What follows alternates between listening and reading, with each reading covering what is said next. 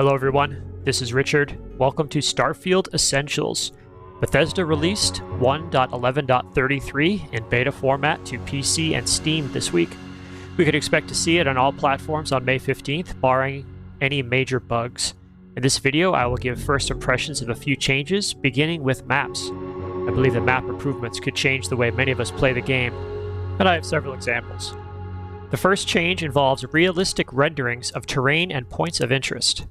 Take a look at this area around New Atlantis. I can zoom into unknown POIs and attempt to identify them by sight, even though I have not discovered them yet. This means I can use the map to decide what to visit without having to get within decent visual range. Overhead identification can be a bit easier than horizontal identification as well, at least in my opinion. This reminds me a bit of when I learned to recognize Soviet missile sites as an intelligence officer in the United States Air Force in the 90s. I believe it's a little more difficult to recognize natural terrain with traits because, to be honest, I don't pay too much attention to what they look like on the ground. I usually just get close enough to scan the trait and get credit for surveying them. I will probably spend more time looking at everything from the air now, thanks to these enhanced maps. These maps may also make it easier to identify potential ship landing locations. How many of us have recently been visiting a moon and then using our boost pack to rocket into the air while spinning around looking for a ship-sized landing area?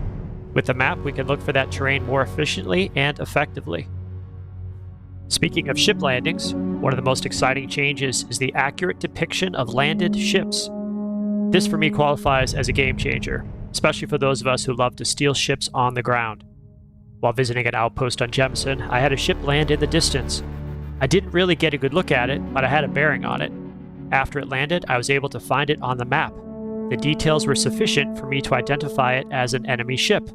This is just awesome! Now we can decide whether to hunt down a ship or ignore it, based only on how it looks on the map. And we can do it at a great distance. I hope this change stays in the game. Having a drone-type view of an entire game tile would seem to be within the technology of the Starfield universe, after all. One potential problem in this beta is how the game handles stealing landed ships. In previous versions, I could sit in the pilot's seat and make the stolen ship my home ship. I could then leave that stolen ship and return to my original ship. It would be waiting for me at my original landing site. In this test, however, my ship was gone when I tried returning to it. I was able to recover by visiting New Atlantis and talking to the ship technician. I have a video on several methods for recovering your home ship, so this isn't that big a deal. For example, assuming I kept the right materials in my cargo hold, I could just drop an outpost beacon, build a landing pad with Ship Builder, and use it to change ships right there. I'd like to close with a couple of looks at different planets and their maps, just to give you a better idea of what the maps look like beyond simply Jemison and New Atlantis. This is Mars, and I'm getting a new appreciation for what these different cities look like. Some people are complaining that, oh, they're too small. Hey, this is cool. It's neat to be able to see exactly what these things look like from the air. And there were some people who had published maps using some of the commands in the console to fly around, but having this part of the game is pretty awesome. Maps also apply to the interior of cities. This map says Mars, Sol System, but this is actually Cydonia.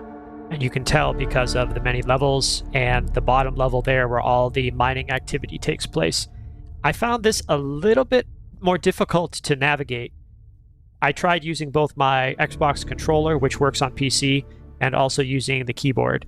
But yeah, I think for certain areas that are flatter, like Neon, and I'll probably show that in a future video, or else you'll probably see in other people's videos by this point. But these maps can be a little more difficult to use. I think just top down, they're not too bad. And definitely once you find the POIs, that makes them a lot more useful as well. Let's close with a look at Hopetown on Polvo. And this is another site that I honestly haven't given that much attention to. But with the map, you can now see exactly what comprises this location. And when you zoom out, you can take a look at other areas that might be interesting to visit. And the little orange icon there, that's obviously the frontier. And I've heard from others that the ship icons change according to the modifications you've made, which is just great. So what do you think of these changes? Do you like the new maps? Are there things you want to see differently? My name is Richard. If you like this content, please feel free to like and subscribe. Please leave a comment. I will see you in the Starfield.